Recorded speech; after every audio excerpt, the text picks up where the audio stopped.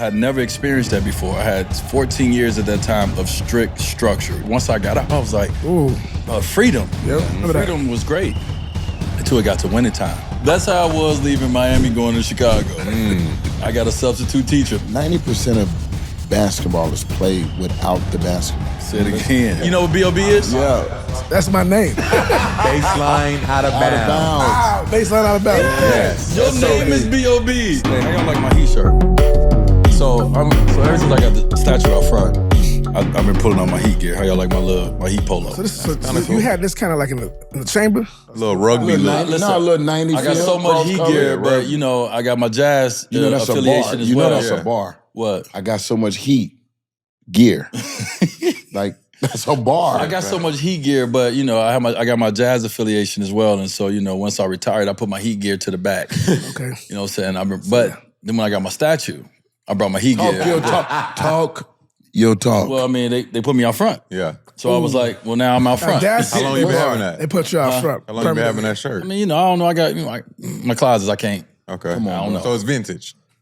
Nah, this might be kind of new right here. I don't know, because you know, like I just Look, cross colors. I put it with all my heat stuff. Whenever it come in, I see heat, so I just put it all in the same rack. That's So killer. I just went in and pulled. I just thought, What's the name? What's the name in cursive? Dwyane? Yeah. So Dwyane make a lot of like dope stuff, but they did a collab, probably NBA collab. But they had a heat collab. I had a dope jacket on one day. We was here that was Dwyane. That was a black one. I saw that. Yeah. I just Look, cross colors. anyway. Yeah, for You're sure. right. Talk to us about this facial hair stuff, bro. Well, when the Dodgers put a spanking on you like that, you know, they make organizations. Oh, well, you gonna make this an LA thing?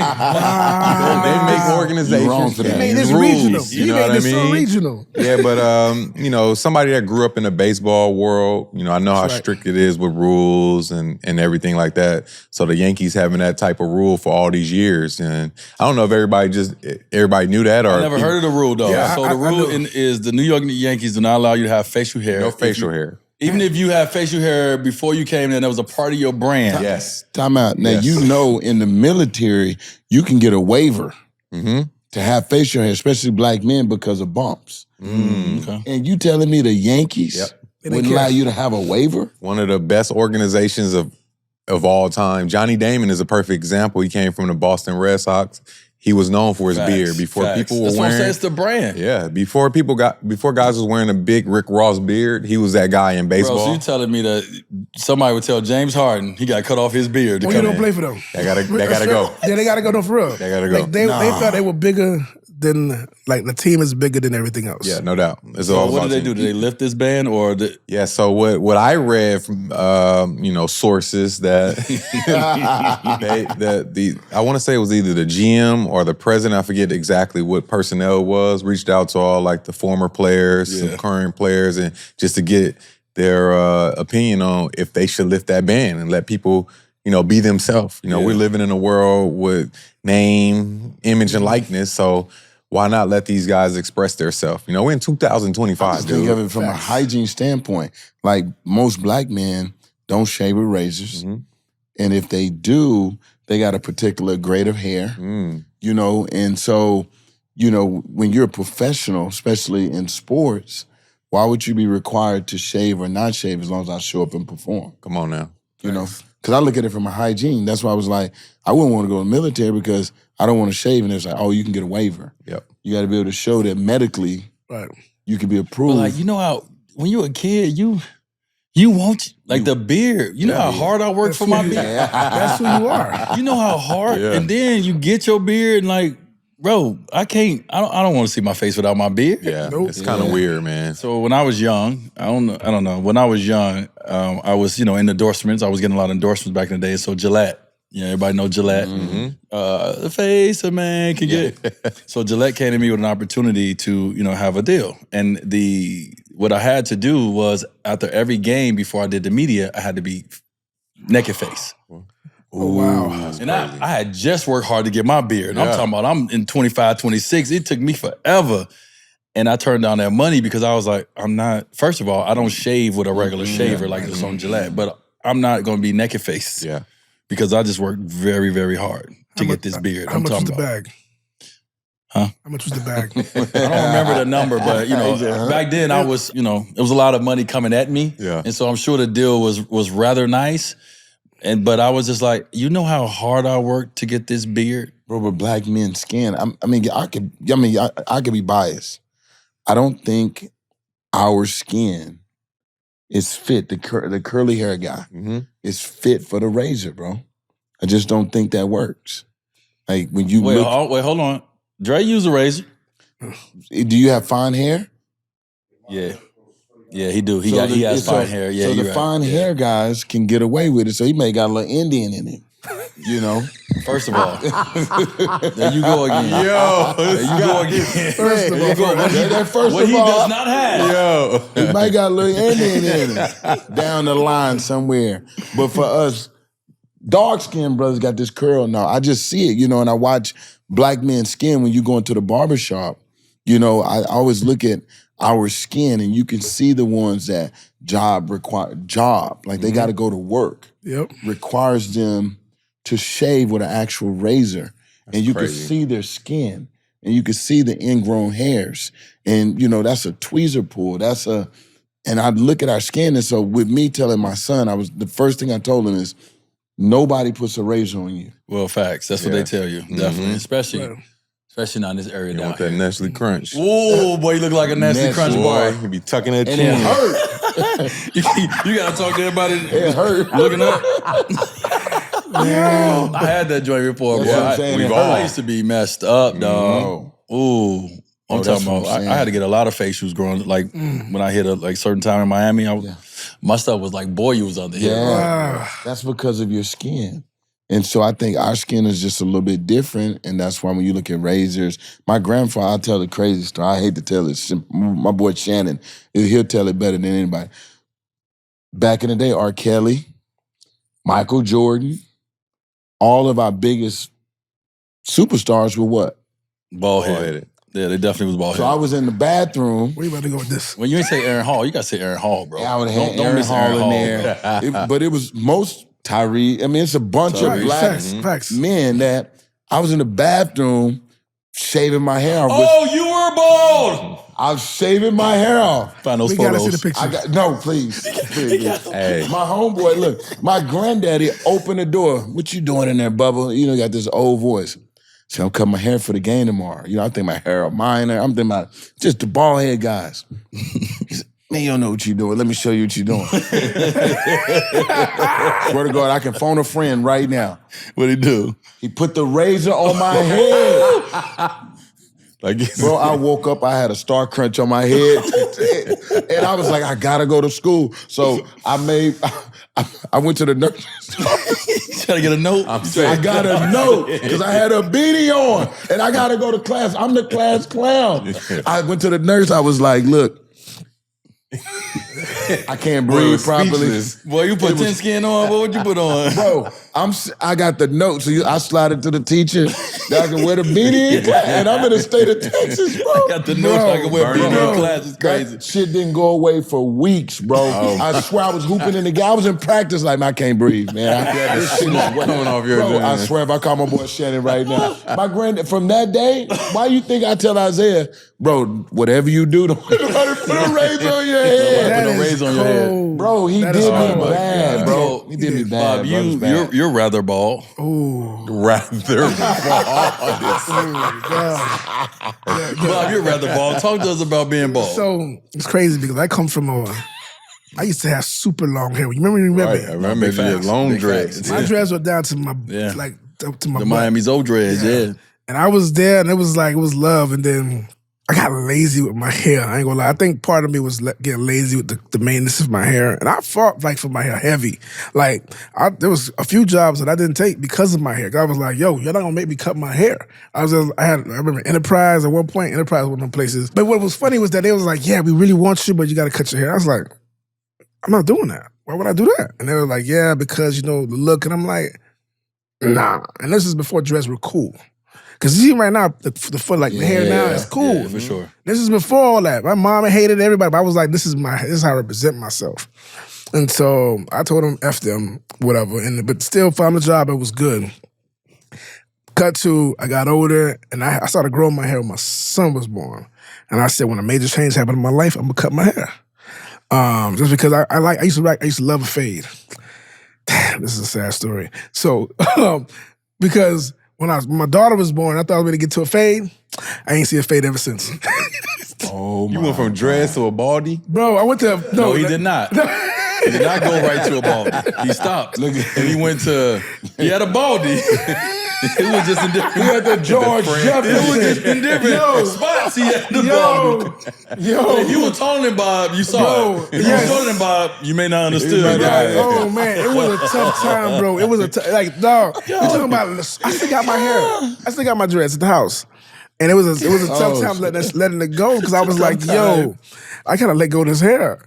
And now I remember the COVID was made me cut it all the way fully, and I've thought about transplant. I thought of it all. He's gonna go to Turkey. What? But then I went to a place and my man said, "Yeah, I don't think it's not gonna happen for you." I'm like, "Really?" Dang. He said, "No, this is it. This is your life." And I was like, Wow. Nah, it ain't broke my heart. It broke my. I accept it now. It's cool. It is what it is. Well, it looks good on you now. Yeah, You fought it for a long time. We were, as your friends, we were sitting here like, y'all not my friends because y'all didn't say that. let it go. Nothing. They didn't tell you nothing, Ain't Bob? say nothing. we dog. talking how you You back. better let it go. We always talking about it. Bro. We ain't mentioning it to you. Bro, like a dog, like a cold, dog. man. You know what? We couldn't though because we know how important your hair was for you. Yeah. Right? Like we knew that. And then when he decided to make that change because of something important, right? Bobby was born and he was like, born. I'm doing it. Right. And then we all thought he was about to get to the fade.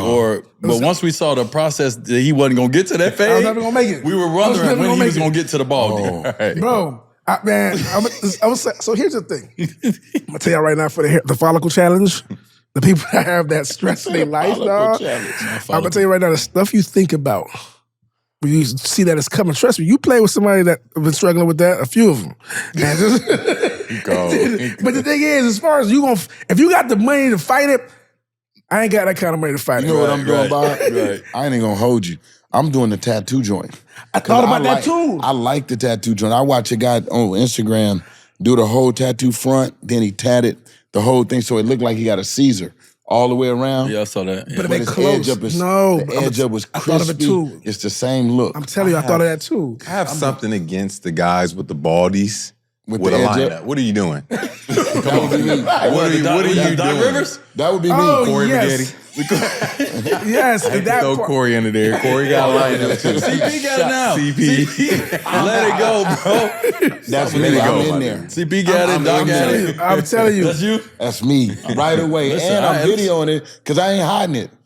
No, I'm I feel a you. rock it clean. He ain't ever gonna get the edge up again. I think we all talk about what we would do until that happens. moment presents Yeah. because I talked a lot of stuff. I always talked about like, bro, just let it go. Right. And then I decided during the pandemic to dye my hair. I was on one. I was pink, red. I was bored, bro. And then my stuff started falling out. Oh yeah. Oh, Piece by piece. And I got nervous. I was like, am I about to be bald? is it that I hit time? Bob and apologized. I'm like, Bob, all the things I said, man, I apologize. Because I thought I was about to be bald too. Bro. So it should sound good. So you got to make that bald decision. Right. It's a decision. It's a life-changing decision, bro. Man. Hey, come on, Yankees, though. But like, that's the thing. So to that point, right? We all have dreams and things of that nature, but you don't know what what is really gonna ask from you once you reach it. Right? Some people want to grow up. They want to play with the Yankees. Yeah. This is their lifelong dream. And then you get there and they say, you can't have that beard. Yep.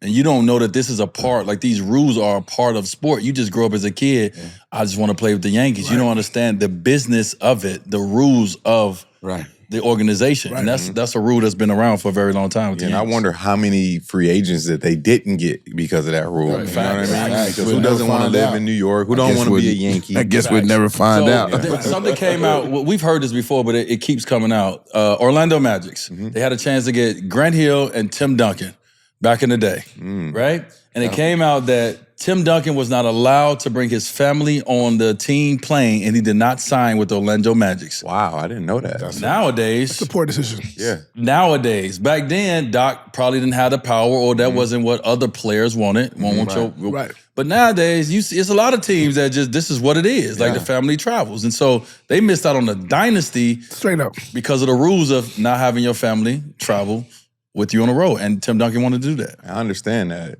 When in Miami, we couldn't have nobody. Don't even think about asking that. You know what I mean? But then as soon as I leave Miami for 6 years, I go to Golden State, and they like, yeah, you could do this. I'm like, well, you could bring somebody on the plane. You could bring your homie. They looking at me like, yeah. Like, I'm like, bro, I'm not used to these, these rules and, no real discipline around here. So I didn't know you can do that because I just spent 6 years of don't even think about asking nothing crazy like that. Even for the finals, I know it was hard for families to get there. You remember that? We had our own room and then a connector room for your family during the finals in 06, man. So that's crazy. I never knew that. They came in for one game in 06. They came in for the closeout game. That was the only time they can come in. They was not able to travel with us in none of the finals. That was a rule set by Pat. The families could not travel, but they was allowed to come and stay at the hotel with us and be there for Game 6 when we end up obviously closing out and winning the championship. But yeah, the family couldn't roll with us. Yeah. So y'all both went somewhere else after Miami and had obviously a different experience. And you were probably like, oh, freedom. Like for real. But freedom. Looking back, how do you think about it now? Looking back that you went to Golden State and saw like, yo, you can do this, you can do that. You went to Chicago and they had the barber. I remember when we went there, they had a barber inside. Right before every game. Right. So you was doing stuff that you could do whatever you want. Yeah. And I'm sure that freedom felt good, but did you feel like long term, or did you see why there was a separation between those places for you as well as for Miami? Heck yeah. You just be looking around like, bro, this is not the NBA. And I remember guys coming to Miami like, young fella, this is not the NBA. Like, you missing out on so much. I'm like, that's all I know. So when I got to these other places, it was cool to have your freedom and, kind of be who you want to be and do what you want to do. But at the end of the day, when those results aren't coming, because we weren't that good. So it's like, we need some damn discipline around here. That's why we're losing. You know what I mean? And then that following year, that's when Joe Lacob, Peter Guber, and all these guys took over and changed the whole organization. They brought structure. They're number 2 now. They leaped the Lakers as far as I saw that. They like $7 billion. They like $9 billion or something. Yeah, they're the second team behind the Knicks as far as value and franchise. Absolutely. And that's what Joe Lacob, Peter Guber, what they've done with that organization, the arena that they built. And then you have a superstar like Steph Curry, Klay Thompson, Draymond Green. The value of that team is just going to keep going up. But yeah, man, it was just crazy. That type of structure would save a lot of the young guys' career that I deal with. It should be a system in place to where, when you're at year 4, you can bring your wife on or certain things like that. But like young guys need structure because you go from almost like high school to where you're 8 hours of school. Then you have after school sports, unless you went to a basketball school where you were training for 4 or 5 hours because you're thinking about NBA, right? You go from college or you're taking classes and you're monitored. So time is kind of like always maximized. In the NBA, it's about time management. Idle time for sure. Right. Is a playground, And I think that type of structure is why you had such a long career. Because there's a lot of guys that are going to these teams that don't have that type of structure.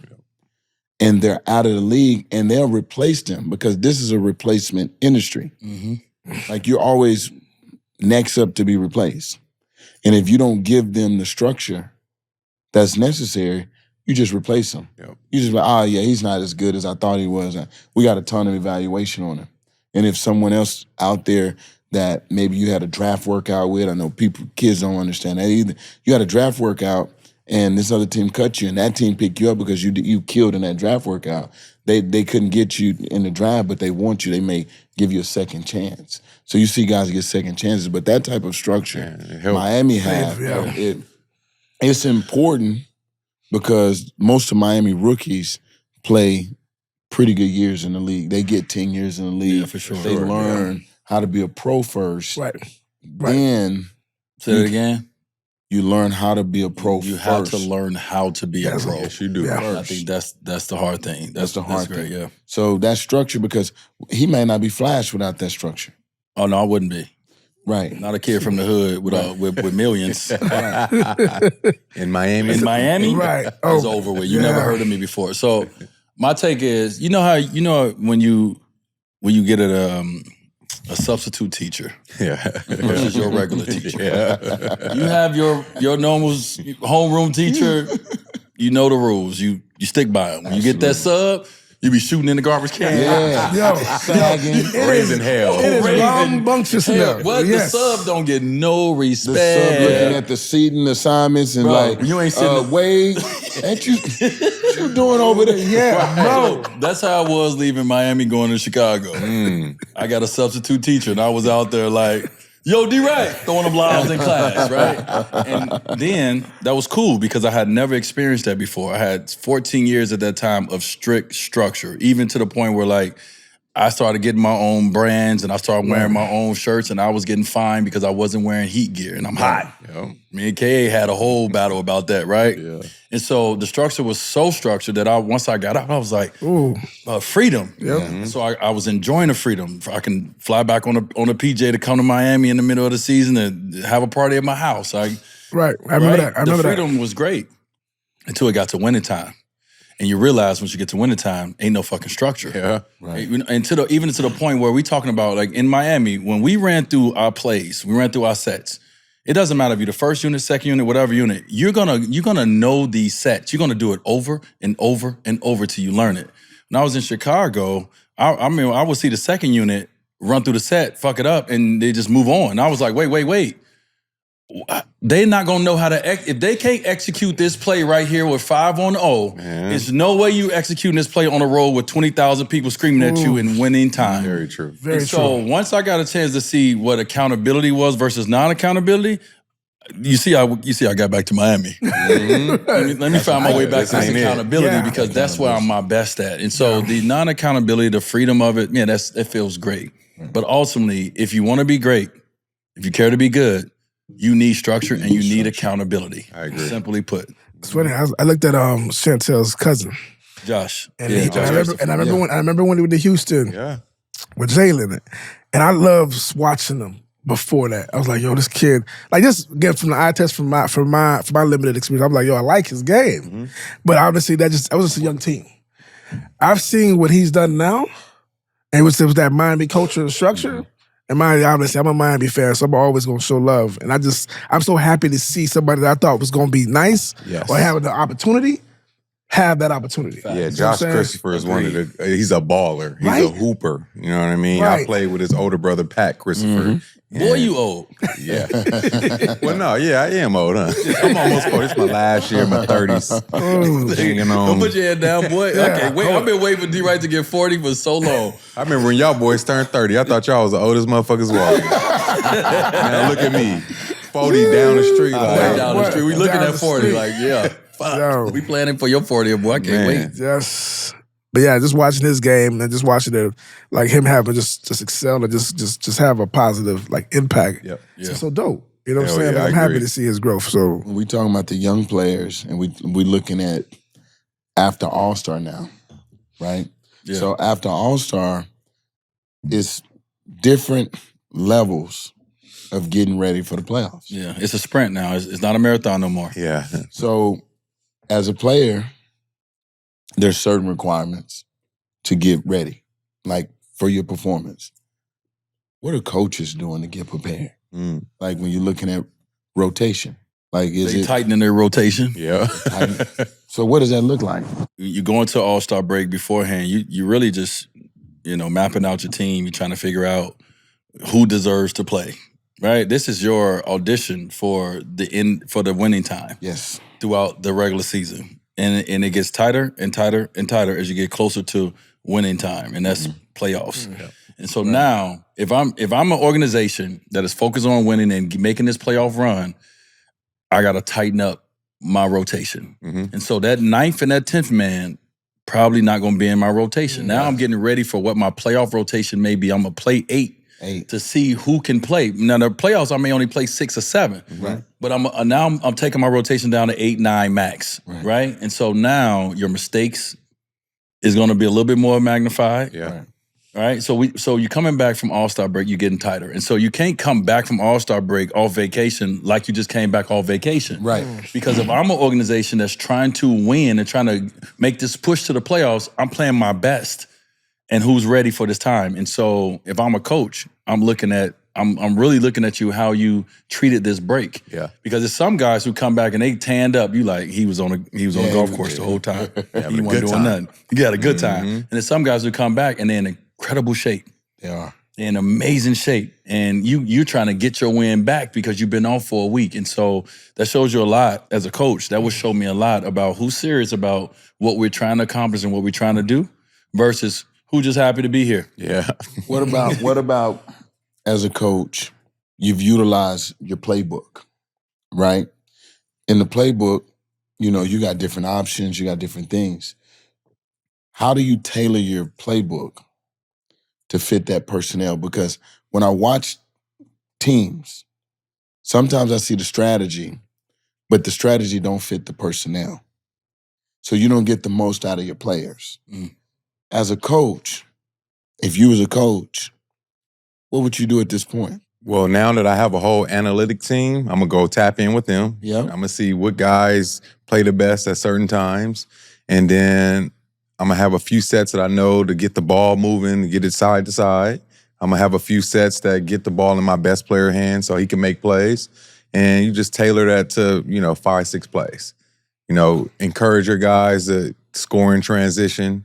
Encourage your guys to make the paint collapse and find shooters. That's kind of how I coach. When I am coaching, we want to play with pace, right? And then I want to have some sets where I know I can get the ball side to side when the ball is getting stagnant. So I feel like when you go into that second half of the season, you got to be locked in with 5 or 6 plays that's going to work and your team is going to execute every single time. I love that because I love watching. I watch the coach. Like in the timeout, I watch the coach in the last few minutes of the game, and I watch his ATOs. I like tight games. Then I like to see if he comes back to that ATO in another situation or scenario. Yes. Then if he does, I like to watch the really smart players that recognize play recognition to see if they can identify it. Because if they can see it, I watched the player yesterday, he's seen it. Hey. Yeah. And was this in the fourth quarter? He saw it and then he called it up. It was LeBron. He called it. It ain't many. He switched him and somebody else. Yeah. Because they were going to screen anyway, and he just switched right back. Okay, but you know that was not the first time they ran that play in that game. Yeah, absolutely. true. Right? So if a team going to run side out of bounds throughout the game, normally they're going to run what they're going to run in the fourth quarter. Right. So it's your job to educate yourself, be like, okay, what are they running? They're not running nothing they're not going to run. They're running something to see how you're going to act, how you're going to respond very early. So I'm clocking, this is the ATO they running right now in the second quarter or out of this timeout. When coach called a timeout and he drew a play up, this is a very important ATO. They're coming back to that in the fourth. Yeah, no doubt. Question, Out of timeout. Okay, so rec league, when you say ATO, I'm like, we don't have ATOs. We don't have ATOs in rec league. I'm sorry. I'm like, ATO, what the fuck? They talking about? I'm like, is it out of timeout? I'm like, I'm like, is that timeout? ATO. I'm like, the fuck? I used to struggle with on the board. I'm like, bro. I'm like, ATO. B.O.B., you know what B.O.B. I was is? just about to say, that's what I struggle That's my with. name. But do you know anything besides your name? Yeah. Bring your own beer? No. Baseline out of bounds. Wow, baseline out of bounds. Yes. Your name is B.O.B. That is hilarious. Baseline out of bounds. Baseline out of bounds. I All right, struggle with them terminologies early in my career, Okay, good. too. All right, good. As you were saying, when you think about baseline out of bounds and side out of bounds, depending on where the referee placed the ball is a different call. See, I'm watching the coach like that. Yeah. So, because if you placing the ball free throw line extended, side out of bounds, there's a different play call than in the corner, counter corner. The low corner. Yeah, buddy. One of the hardest places to inbound the ball. Get your options are limited. Your options Your change. outlets become limited when that ball is placed down by that baseline versus when that ball is placed by that free throw line. So when normal people are watching the game, I'm looking at the game at that. I watched a play call yesterday. I was watching a college game, Florida Atlantic to be exact. against Wichita State. They ran an elevator screen. It's baseline out of bounds. He's playing the elevator screen. Don't Bob is here. I'm literally thinking about like an elevator, but go ahead. So elevator screen is when you get a double. I have seen that. Now that double can be inverted. It can be in different types of ways. But if it's free throw line extended, these two were standing there, and now this guy's running through the elevator. You might see Steph Curry run a lot of elevators. A lot of those. They had another guy. The elevator guy was at the elbow. The other guy was deep opposite corner. They ran the elevator screen, got everybody looking there. That guy back cut him and they threw it right in. Boop, layup. Because they misdirection everything. Right. So when I'm watching a game and I'm thinking about getting ready for playoffs, I'm wondering, is the coaches preparing? We watch the players get prepared. Right. And we hold players accountable for missing shots that are part of the game. But the accountability for the coaches, where is that? Coaching, coach. A lot of coaches ain't coaching. Facts. That's what I'm saying. A lot of coaches ain't coaching. All you gotta do is watch the timeout. When you watch the timeout and the players are not engaged, that means that the teacher is not practicing for the finals. Got it. When he sits down and a guy over there drinking and he's looking around and he ain't paying attention to the board or what's going on, he haven't engaged that group. So I have a question. From a fan perspective, you see how you may see like a team that has like that guy or that kid, you're like, yo, why don't you play player X or player Y? And you be like, yo, it's easy. They are tripping. Like they got a monster on the bench and they just sit. So you hear them like play, blah, blah, blah, blah, blah, blah. From a player perspective, like, how do y'all look at it? Because I know for us, sometimes we were like, yo, the coach don't know what he's doing because they ain't playing player X or player Y. The player don't know what he's doing. That's what the hell it is. I tell kids now, because, I've been coaching high-level high school basketball the last 5-6 years, right? And I tell the kids all the time, there's no such thing as coach don't play freshmen, coach don't play... You play the best player. They don't play this, they don't play that. No, they don't play the kids that don't know how to play the right way. They don't know the kid. They don't play the kids that don't know the plays. They don't play the kids that don't know how to make the extra pass. Those are the guys that you see on the end of the bench that got all the game in the world. Right. The athleticism, everything is off the charts, but they don't know how to play within a team structure. You know the statement that they make? Coach hating on me. There it is. There it is, bro. No, I'm telling you, his homeboys like, man, coach hating on you, bro, da-da-da. But you don't go to practice with him. And even if coach plan and strategy doesn't fit the way he plays, he has to be smart enough to get on the court. Yep. So on the defensive side of the ball, because you two guys were unbelievable defenders, right? That's the next part of getting ready for the playoffs. And you watching teams put in... I just said that. The zones. Yeah. You putting in special situations. I'm watching people zone up and switch. Remember we were talking earlier about I'm watching Boston. They look like they playoff ready without even hitting a stride. Right. Because they switch, and he switched on Joel, and he held him long enough, and he stood him up to where he can roll off, and he X'd down, and the big fella took the big fella in flow. That means that coach is doing a hell of a job of sticking to his plan because everybody knew what to do. Yeah. And a lot of times, everybody don't know what to do. Yeah, but he's holding them accountable to what it's an accountability there. You can see accountability that a lot of people, it takes a lot of effort, a lot of work to hold people accountable. And a lot of coaches they want to move on, especially to their most talented, and they least talented. They don't hold them. They don't want to hold them accountable. Right. This is hard work. This spends more time. I got a practice plan. I got to get to this next. So if you want to be fuck offense, if you want to be a good defensive team, you have to be held to a certain accountability. And so what D. Wright talk about, when you want to get to a place where, when I'm getting to this part of the season, I don't need many sets.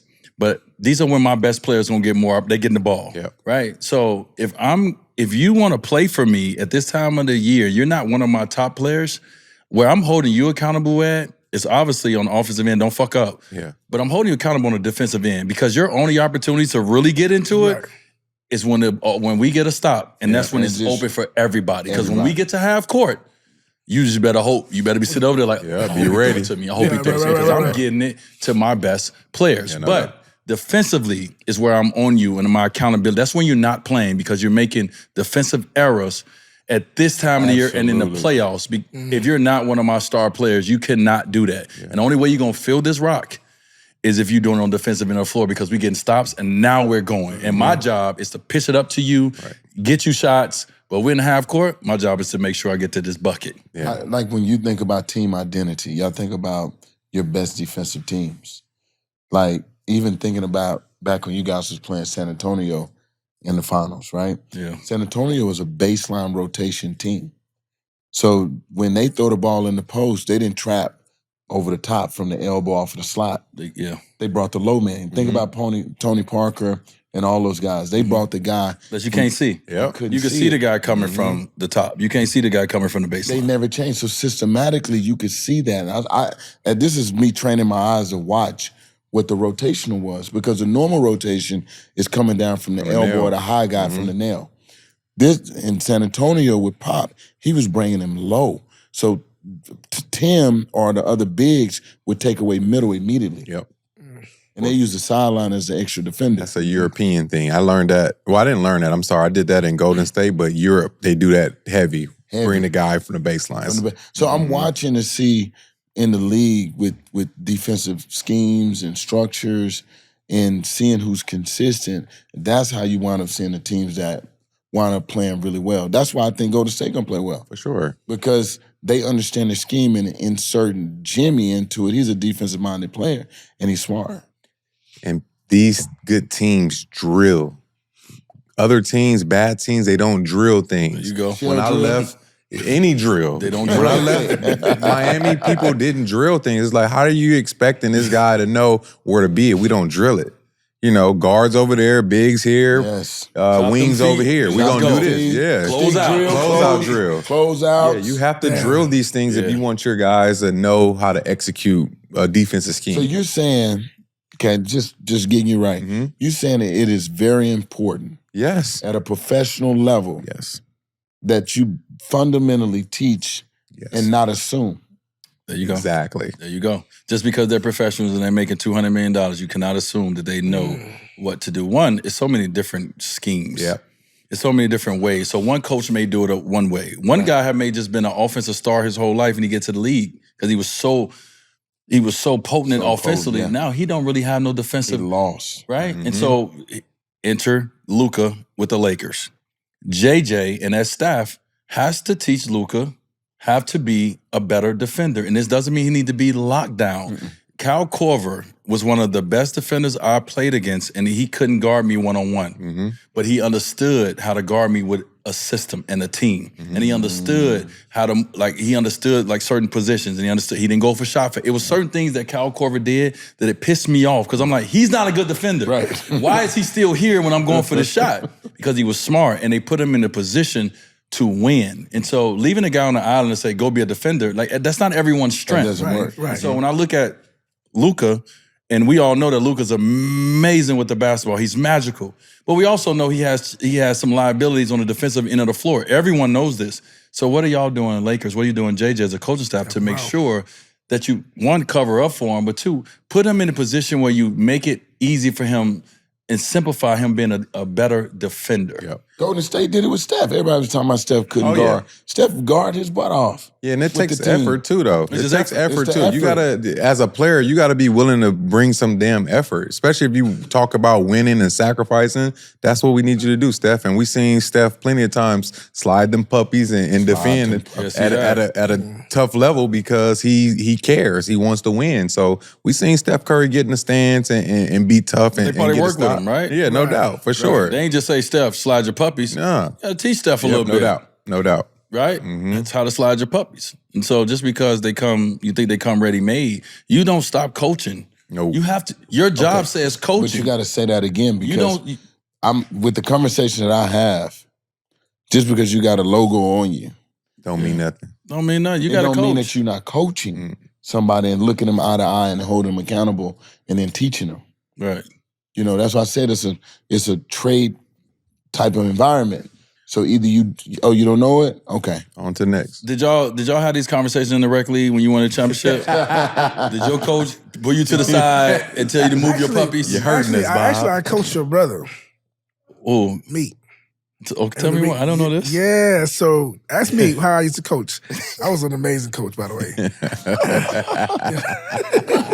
You're sitting on the coach's couch right here. Bro, I was an amazing rec league coach. You know what I'm saying? Okay. Yo, so my biggest thing was always effort. That did not translate through everything. When I was my kids' soccer coach, everything was about effort and speed for me. And for me, ask me, I would tell them, I said, listen, I just wanted you to stop hustling.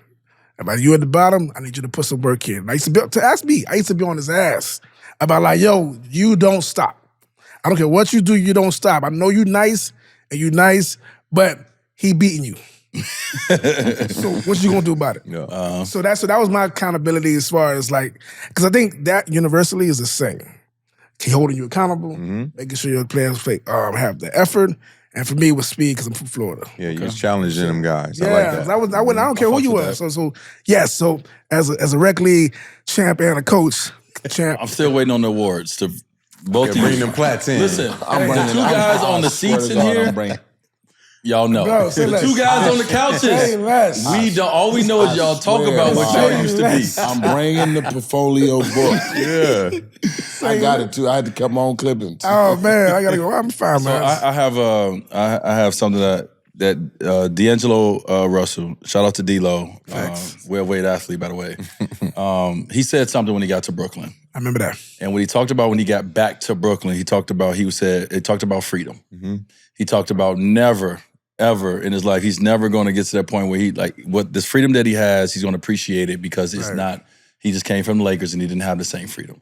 And so I want to ask you guys, what you thought about that, but also too, when we look at what now Luka coming to the Lakers, he had a different kind of freedom when he was with the Mavericks versus his freedom now playing next to King and playing with the Lakers. His game has shown us a little something different without that same freedom that D-Lo expressed. And everybody was like, oh, he taking shots to the Lakers. We seen a better version of D-Lo with freedom. Right. What do you feel, D-Wright, and we can go around, when it comes to that word freedom, what do you think D-Lo meant and what he was saying about that? He means that he played with two guys that were very ball dominant, and that's just because that's the type of team they surround him with. Right. D-Lo is with that team is more of a spot-up shooter. D'Lo with the Brooklyn Nets is back there, right?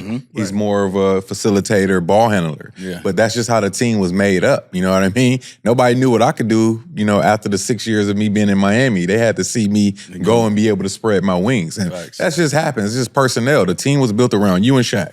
Period. So that means I was a 3-and-D guy, came in the lead as a scorer, and then people will say, oh, damn, he's getting his freedom in Golden State. No, it was just a different system, different players I was playing with, and a different style. So that's kind of what D'Lo means, like the style of play. We had to dump the ball in the post to AD, and Bron controlled the narrative. And then he was more of a spot-up player. And some people, like we just talked about, you just mentioned earlier, you probably got to just wait your turn, wait in that corner. You know what I mean? For that ball to come to you. Is it comfortable? No.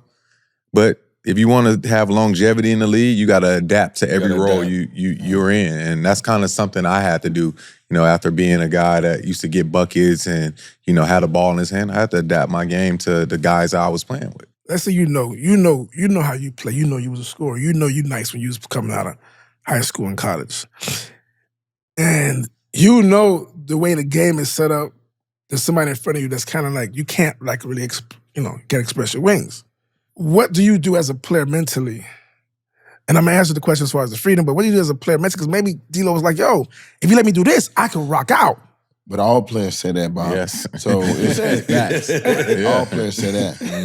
90% of basketball is played without the basketball. Say it again. Let's just talk about that. 90% of basketball is played without it. If you go watch him, he's one of the best cutters off the ball, bro. Right. Baseline delay cut out of the corner. Yeah. You can't stop him. You see him in ISO situations when those clutch, that's what they were paying him for, to close out the game. It's like a closer in baseball. But as the game is flowing, role identification and accepting a role is two different things. Like, it's so much more in the game of basketball than having the ball in his hands. Yeah, right. And that's what people complain about when they look at AAU. Mm. And so this is where players get stuck, is that. So for me, like, the freedom word doesn't mean anything. I just look at basketball and say, hey, only 10% of the game is played with the basketball. And that's for the heavy hitting guys, right? I didn't even think about that. But And when he's not in, that's where your preparation kicks in. So if you want more, do more, right? You want more, do more, show up. Right. But 90% of the game is played without the basketball. True. And D-Lo game is not cutting and moving without the ball like that. So you look at other players that struggle in the NBA and struggle in Europe. Europe will force you to move without the ball. Heck yeah. They will force you. Steph Curry is one of the best. We always go back to Steph for a reason. Hell yeah. What does Steph do better than anybody? He Back- moves without the Yes. basketball. Right. He's so effective without the ball Yeah.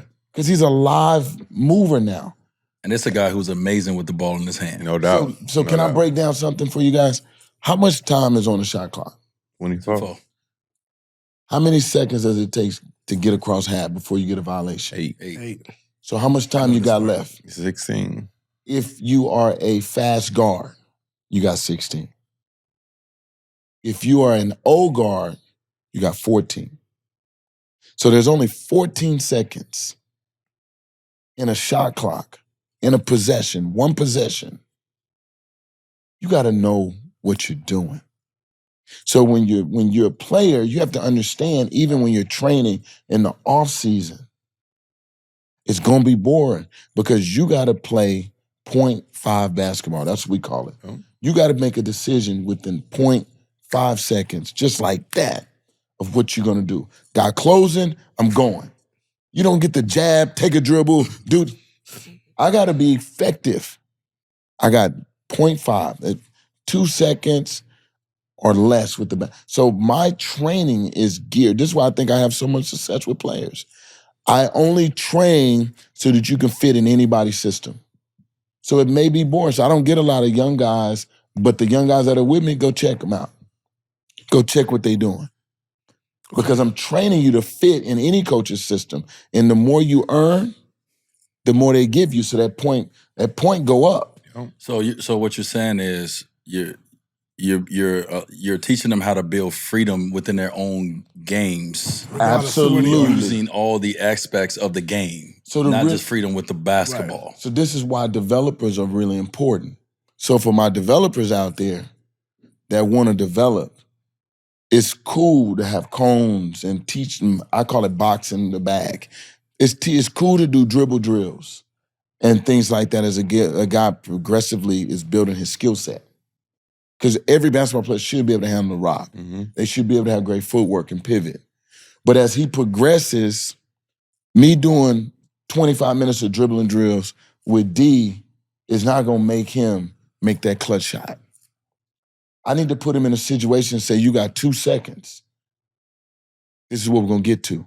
I'm training what he's going to do. So if it's only 14 seconds on the clock, what are you really working on? Closeouts, pick and roll. Pick and roll is to be able to get people shots, the big, the read, and the open guy. So repetition is important, but that's just punching the bag. 1 dribble pull up, 2 dribble pull up. That's just punching the bag. But getting people to understand concept and learning how to play within a shot clock is a whole different game of development. And so the developers out there are really setting these guys up for failure. So I'm not fun. I'm the OG. It ain't fun to do the same rep, but I guarantee the product. Because you can go play for anybody. And so that's I how agree you with that. eliminate that. I agree with that. As someone who's played so many different roles in basketball, I think what I'm most known for is the role that won me championships. Yeah. But people don't. The role that won me a 2006 championship. I'm sorry. The other championships, I had a different role. I really believe in this. When you say freedom, It's a freedom that I'm not told just to be in one place. It's certain guys that they don't have freedom to move and do anything because coach say you have to stay right here. Pretty much don't get in the way. Yep, don't move. So that locks your freedom. But if you have the freedom to not, coach tell you not to stay in that one place, now you have freedom to play the game of basketball. And so for me, I had the ball in my hand in our early time together. And even D-Wright. D-Wright first was just a corner. He come in the game, he got to defend and go sit in the corner. But then when D-Wright started getting more confident, started rocking, D-Wright, bro, when I go to this step back, you better cut. Yep. Because I'm going to hit you. On the step back, I'm going to hit you on that cut because you're cutting at the right time. So learning how to play the game of basketball and having the freedom of movement, even on offense, to be able to say, all right, like I'm in the corner right now, but LeBron got the ball. What all eyes going to be?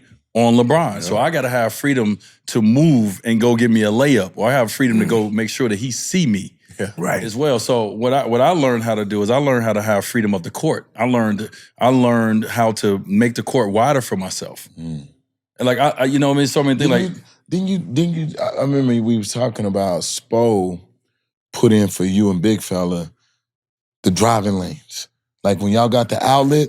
Yeah, he put in the drive through the Big Three era. He put in the driving lanes. He put in the lane. So one thing we used to do when we first used to play, because most coaches everybody runs down the middle. Run down the middle of the floor. Big man run down the middle of the floor. Then that's mucking up the game. And so Spo was like, let's go to the Mack truck lanes. Well, Spo and the staff. So then Chris Bosh and those guys, they had to run out. UD and them, they had to run out here.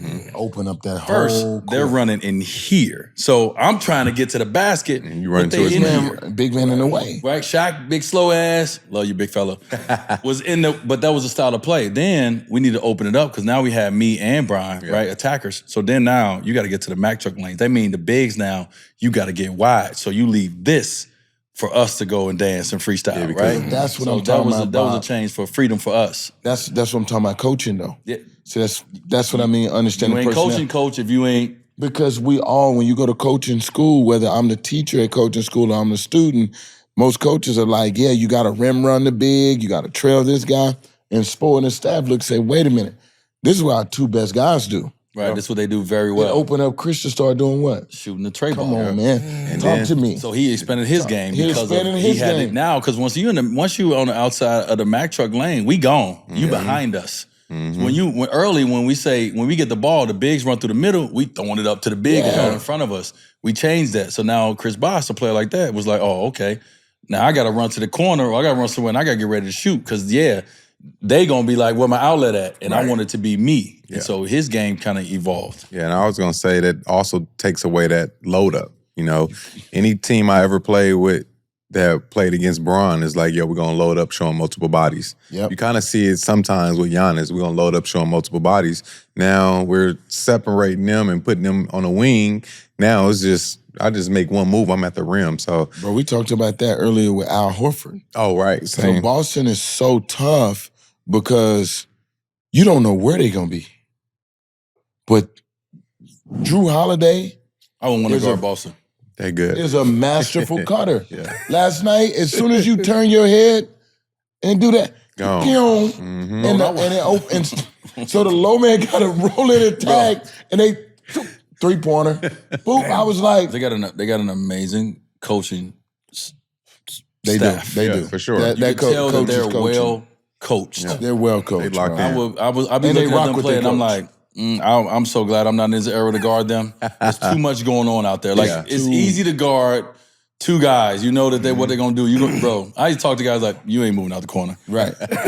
I'm in this help position because you can't move. Boston, you don't know what and who. Bro, they player movement. Space you, bro. So much player movement. And then even on a cut, like Jaylen Brown cut on the 45, and it was defended well, and he flipped him. What I mean flip him is he leg whipped on the cut because the guy's on the inside. He leg whipped him. They dumped the ball in. That's a post up.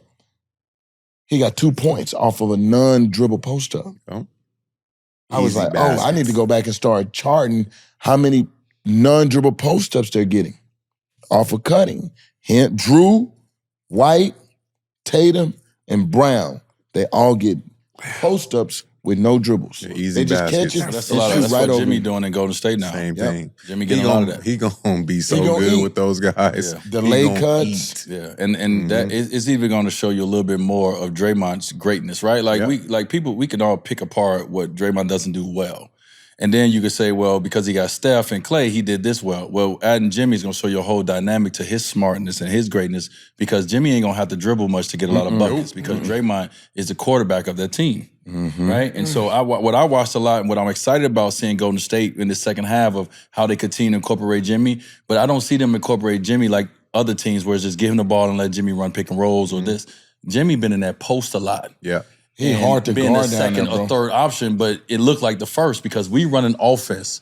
Oh, that's not there. Now we got Jimmy down here, and so I'm excited to see how Golden State continue to involve It's gonna be good. Jimmy into the offense. A lot of it is Draymond. Yeah, hell yeah. Draymond, because you don't see too many ISOs. You get Steph cooking. Once he's cooking, Right. that's when he ISOs. But Steve Kerr is all about ball movement, player movement. Continue to move, throw it in the post, split action, slip. Whoever make a mistake, we're going to find that open guy every single time. So. The younger teams that's sitting at the top of the West, their coaches are doing a phenomenal job too. OKC coach. Oh, man, he's good. When I was in the G League coaching, he was in G League coaching. He's worked his way from the form system all the way up. And I love what he does with Chet. I think Chet is coming back. The way his player movement, ball movement, and they are one of the best pressure defensive teams. Yes. Like they get after you. Heck yeah. They get after you for the whole game. They put pressure on that ball. They get after you. They force a lot of turnovers, and so they getting up and down the floor. Now, you know, after All-Star break, some of the older teams can pick up that tempo also, but they're getting after you. Memphis, they get after you. The way they use Jaren with the new big, so the 7-footer now has showed that he can play. Yeah, hell yeah. So now Jaren, Big Edie. Yeah, Big Big Edie Edie. can Big play. Edie. He's big. He catches lobs. He can actually get up and down the court. He's not a liability, and he's a great low man. Yes, he is. So now Jaren is freed up. Now they're utilizing Jaren in a space where he's really good, bro.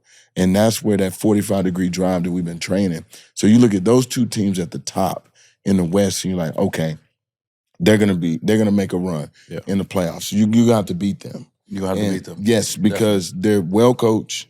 Their coaches are always coaching. They're defending very well, and they got superstars. Well, go back to being well coached. We know that teams in the playoffs, you can put talent versus talent, but like I said, that coach win you games too. Yep. That sideline matters. Got to make When those you line adjustments, up. right? Yeah, it's these adjustments. That sideline matters. So when you say they're well coached, we will see. Yeah, they're well A lot coached. of times it's smoke and mirrors too. Yeah. We think they well coached until it's moments where coach got to show up, and coach don't show up. Yep. And sometimes that's just getting out the way. Sometimes as a coach, you got to get out the way. Like sometimes me and Spo got into it a lot. And it was the reason we got into it a lot when we did was like, Coach, you're over coaching this this ATO. Give me the ball. That's the best thing you do. But you trying to run all these fucking sets and this and that, and then now you're over coaching. So we'll get into it, but also too, he was trying to coach. He was trying to run sets. He was trying to run stuff. I'm the best player. I'm like, no, sometimes coaching is just getting the ball in your best player's hand in the spot that he's going to be able to attack without so many damn dribbles. So if I run to the half court and get this ball, this is not good. But if you run a play to give me the ball in this mid post, now I'm on attack with less dribbles. And you can see everything as And well. I can see everything. So sometimes it's just putting the ball in your best player's hand, but putting him in his position to be able to be his best for his team, not just putting the ball in his hand. Yeah, for sure. So, Let's go.